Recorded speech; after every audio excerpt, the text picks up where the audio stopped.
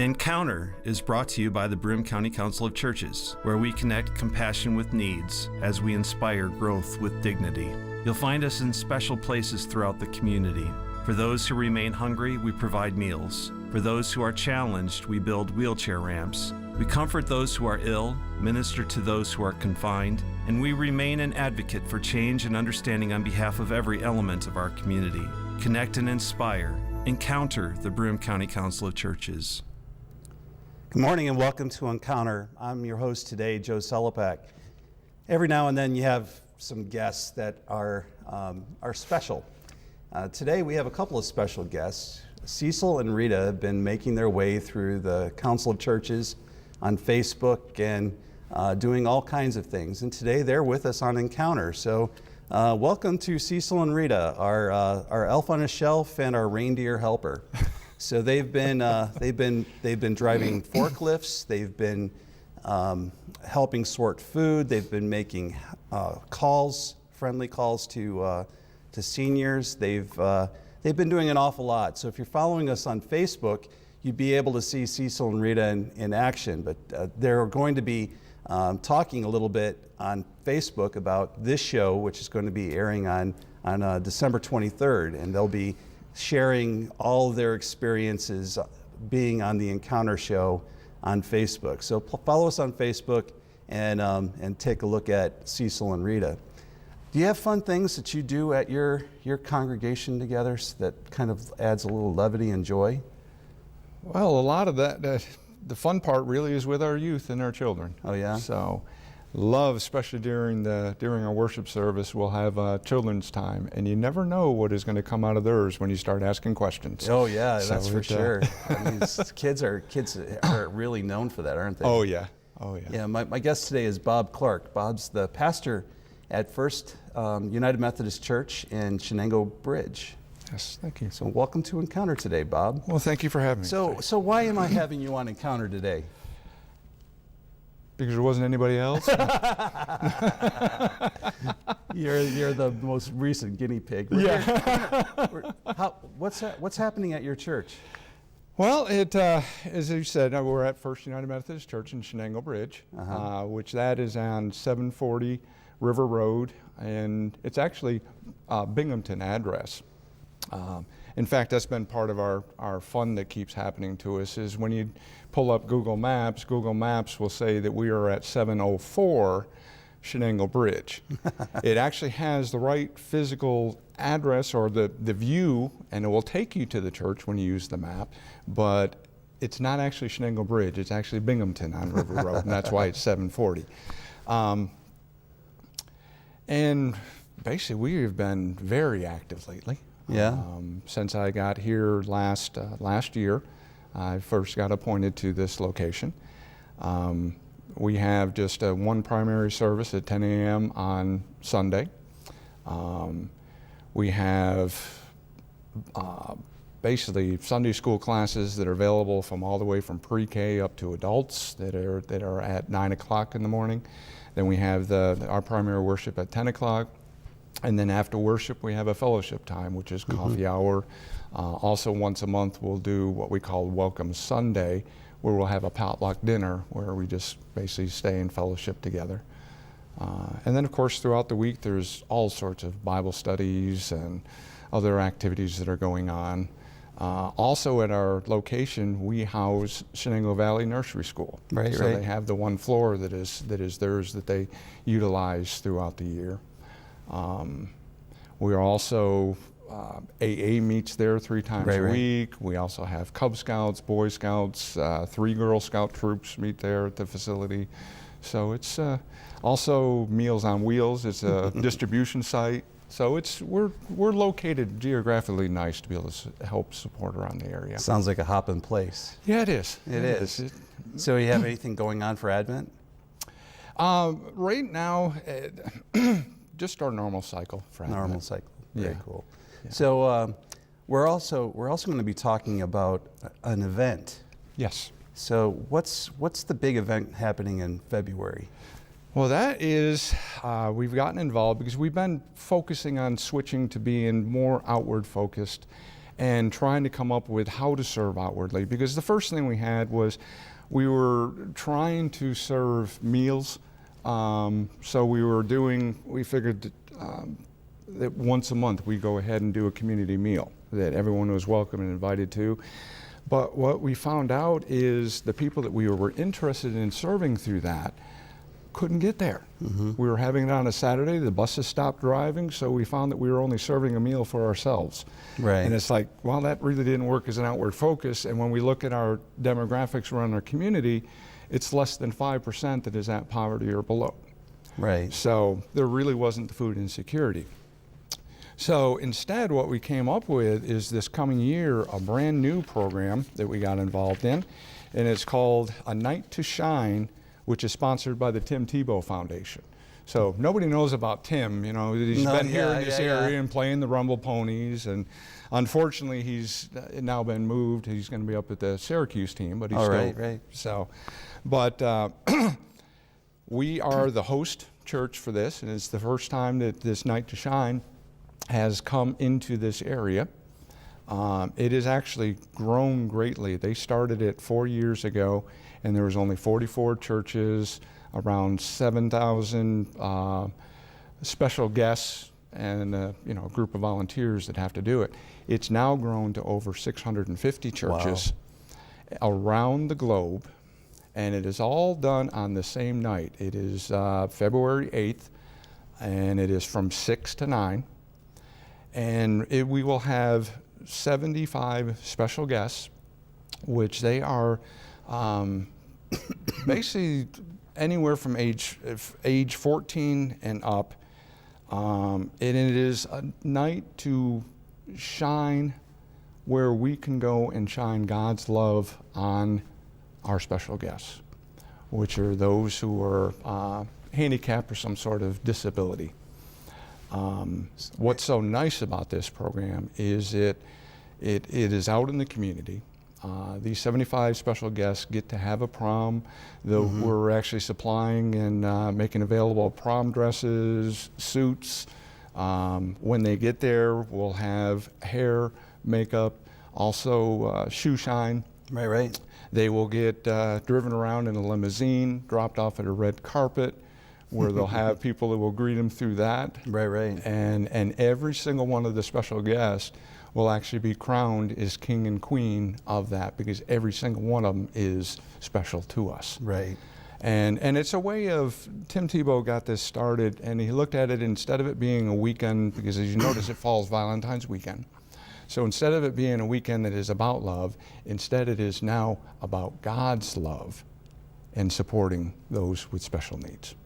And what will happen at the event? Like, what will the special guests, what will they be doing besides getting their picture taken? And that kind of so they'll have, of course, the pictures, right? So Right. we have video and professional photographers and so on. We also have some other special guests that will be there that will be entertaining them. From a standpoint of, we have magicians that will be there. We also have, since it is the Rumble Ponies, we have Rowdy will be showing up. Oh, right. And some others like that will be there.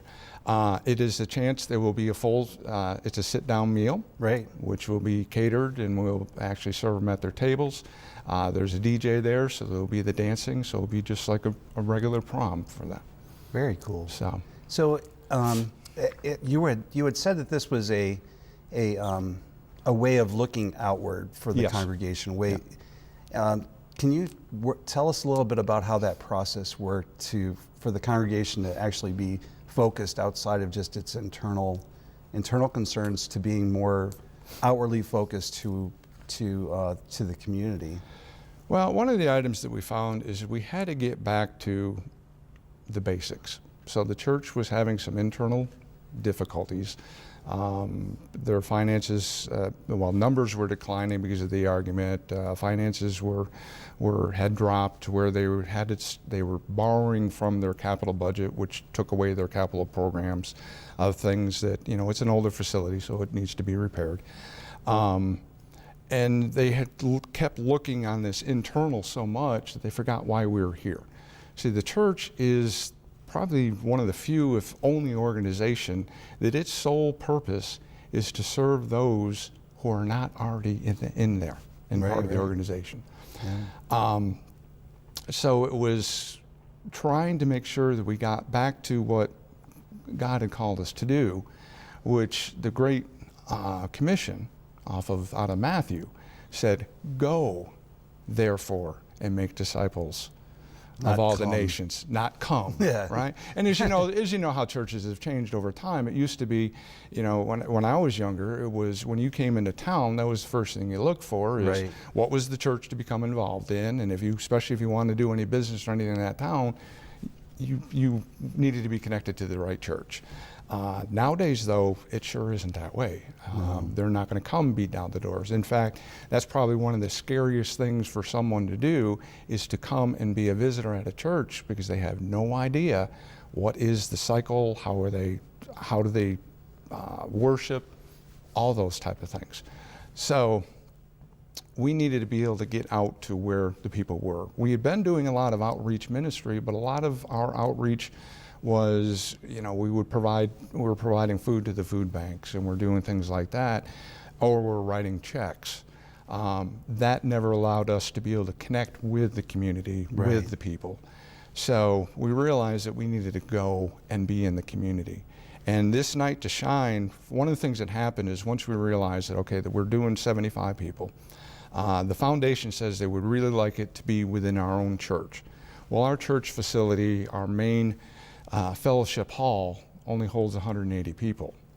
Well, this, between all the volunteers and the special guests, we're looking at around 300 people are going to be involved in this. So we outgrow our facility.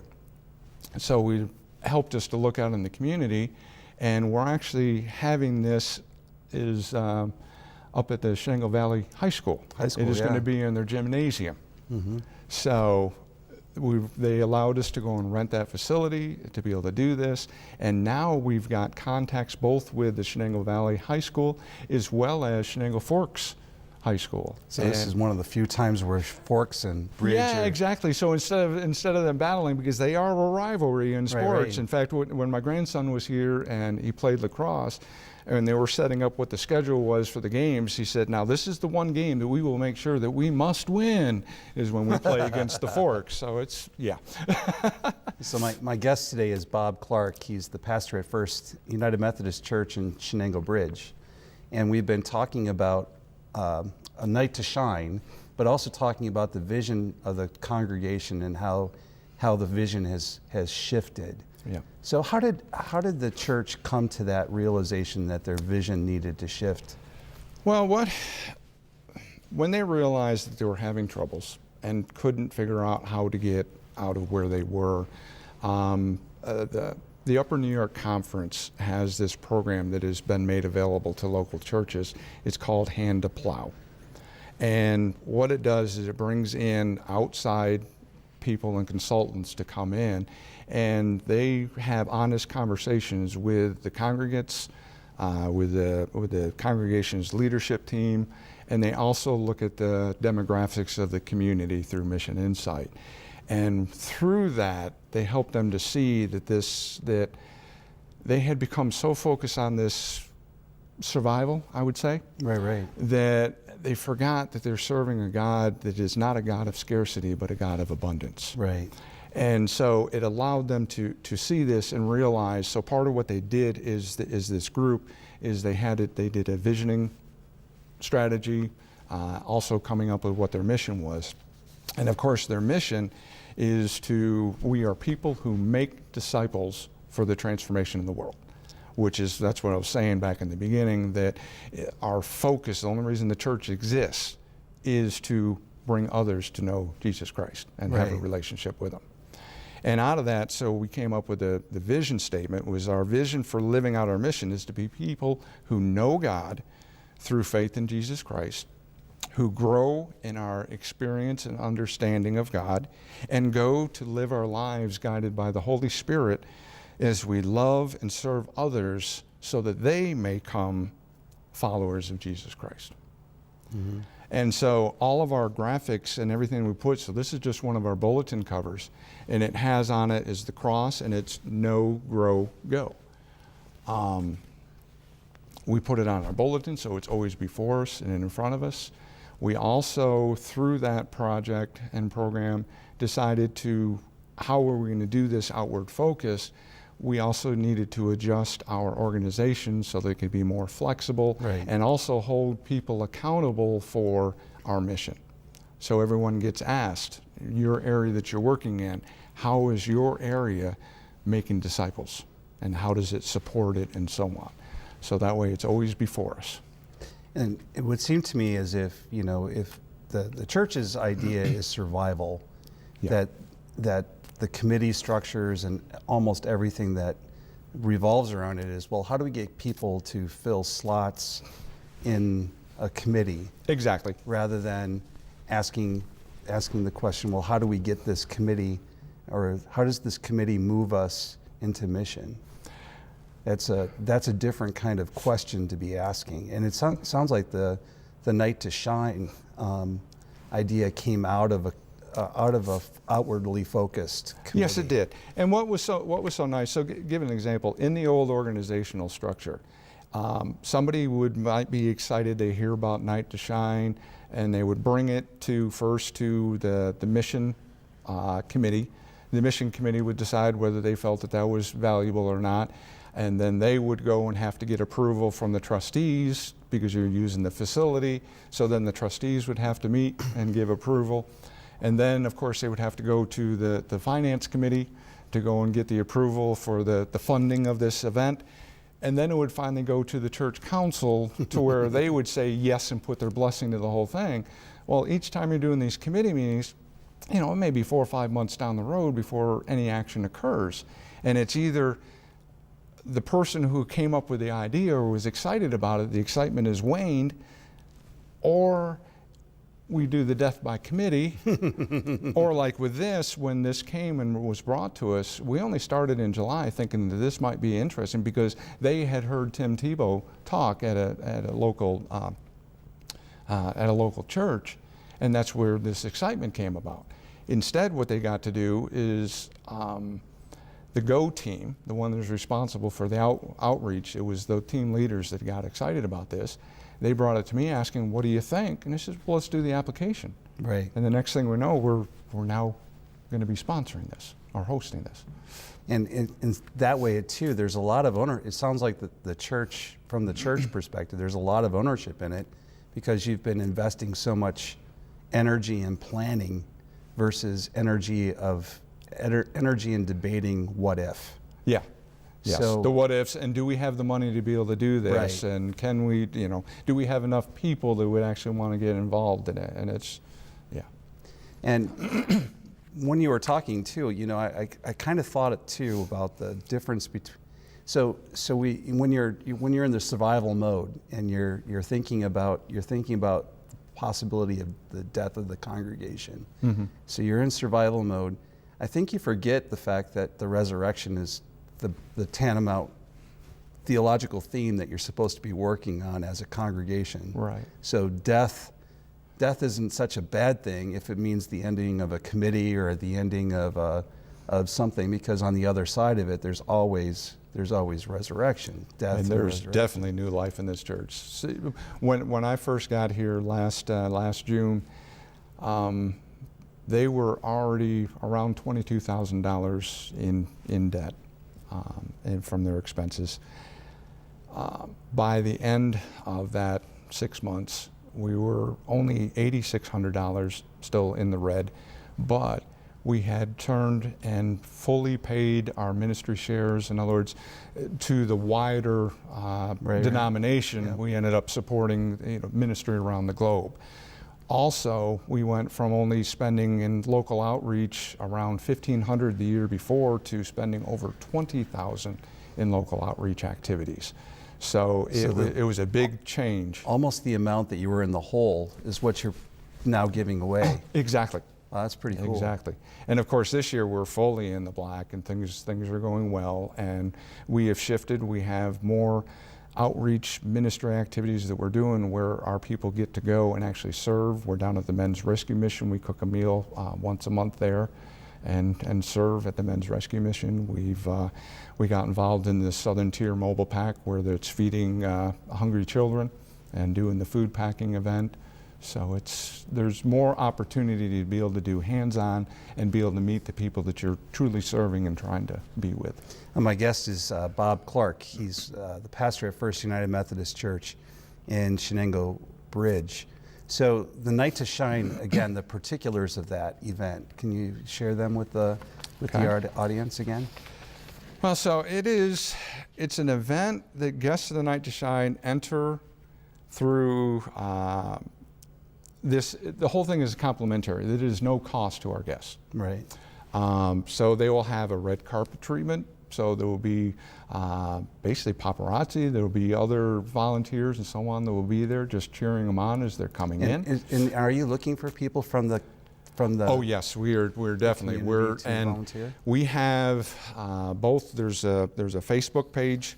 Well, actually, there's an email that you can get us at is nighttoshinecb@gmail.com, and we're looking for many more volunteers to be able to go and support. The numbers are starting to come in. It's good because you have not only the 75 guests, but we have 75 buddies that will be partnered with the guests that are basically with them, taking care of all their needs throughout the evening and basically just being there with them. There are those who will be needing a decorating committee because we get basically, it's a Friday night at a school, so we have to wait until the school day is done to be able to get everything decorated and ready for when the people are showing up from that 6 to 9. So it's transforming it into going on at the same time. Exactly, because we are in the gym. We are in the gym. So. Also, there is a respite room that is for the caregivers, so that way the caregivers won't have to be with the special guests, but they'll be right there. So they'll be off in another room where they're being fed, they're being entertained, basically just taking care of those who take care of the special needs people all the time. So we'll need some folks for that too. Parking lot attendants. The professional services, we do have drivers in the limos. The food is being catered. We'll need table runners though, because we need to serve. There will be a sit down for those 150 people. So we'll be serving them at their tables. So the easiest way for them to get connected to you would be to email you at nighttoshinecb and then express interest and ask what and through there, through the email, there's also, they can get to us through the Facebook, which our Facebook is Night2Shine CB. Okay. And on there's actually the applications for to be able to go and volunteer. Oh, okay, very good. And with those applications, we have two different ones. There's an application for those that are 18 and older, which everyone will have a background check that we will do on them. Because they are dealing with children. We are dealing, we're dealing with not only the children, but you're dealing with those who are disabled, which there could be 30, 40-year-old person that is now at this prom. But there are still ones that are at risk. Right. So we do background checks. Those that are 16 to 18, they have an application form that they fill out, which wouldn't be the background check, but it would be getting basically a permission slip along with it that their parents would have to share. That their parents would have to share. Go through. Right. All right. And so this event is happening on February the 8th. That is correct. From 6 to 9 p.m. That is correct. And then it'll be located at the Chenango Bridge High School. Chenango Valley. Chenango Valley High School. Yep. All right, very good. CV, not CV. CF. Yeah, there you go.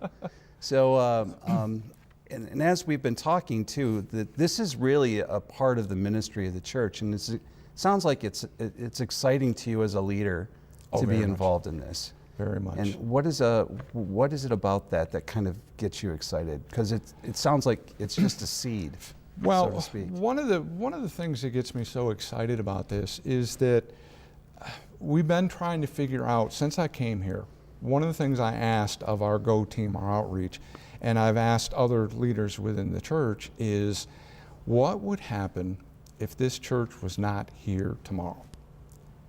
And they really couldn't answer that, which showed us that we still had sort of an inward focus. Right. When I would go around and start talking to other people in the community, I would receive some feedback, and one person told me that, oh, yeah, you're from the Chenango Bridge. Well, what we know that church is that's the country club church. Oh.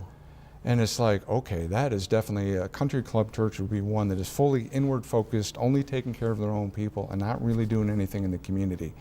So our contacts in the community, I believe, were limited. Whereas this Night to Shine, it has got us now with the school administration, both at 2 different locations. We're getting contacts with other business folks that are all excited about wanting to help and be involved in this.